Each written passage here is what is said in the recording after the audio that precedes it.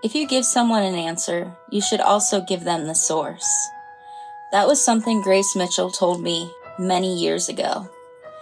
Grace is someone many of us consider the godmother of NMO advocacy. And that one sentence shaped the way I approach helping NMO patients around the world.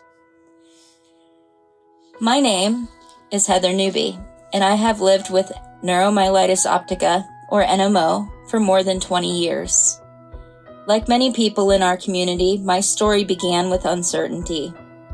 I was originally diagnosed with multiple sclerosis and treated with MS medications, but I kept getting sicker.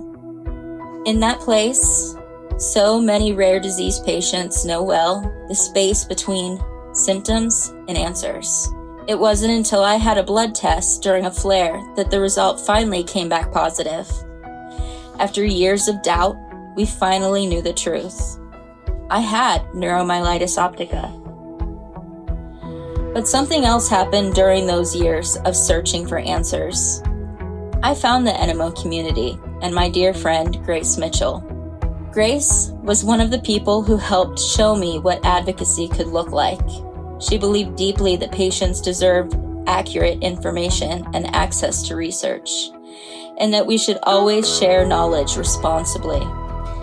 That lesson, it stayed with me.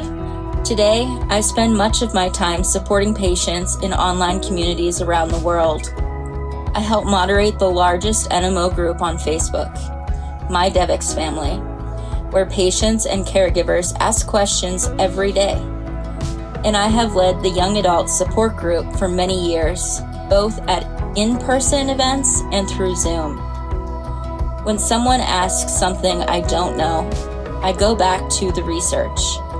I read the journal articles and bring that information back to the community in language people can actually understand.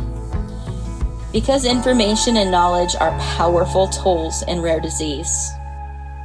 For many years, I've worked to encourage states across the United States to recognize March as NMO Awareness Month. And I help other patients submit proclamation requests so that they can raise awareness in their own communities.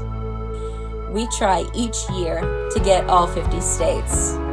If anyone is listening to this and would like to get involved, I have the instructions to help you. Another way I try to support our community is through writing. I've begun creating books that allow children and families understand NMO in ways that are simple, reassuring, and empowering. My connection to this community is also deeply personal. My husband also lives with NMO. We met at a patient event, and our relationship grew from years of friendship and support. And last July, we were married. It was a beautiful day, and we shared that moment with our community through a live stream.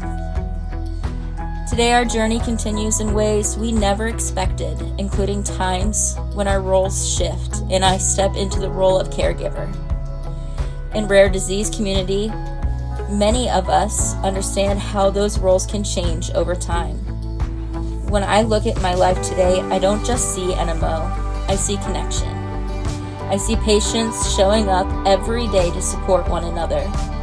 I see researchers working to better understand this disease. I see advocates raising their voices so that no patient has to navigate NMO alone. And I feel incredibly grateful to be a part of this community. When someone is newly diagnosed, they're usually scared and searching for answers. What I hope they find is what I found, a community. People who understand, people who welcome them in, just like Grace welcomed me. Because in this community, we are stronger together.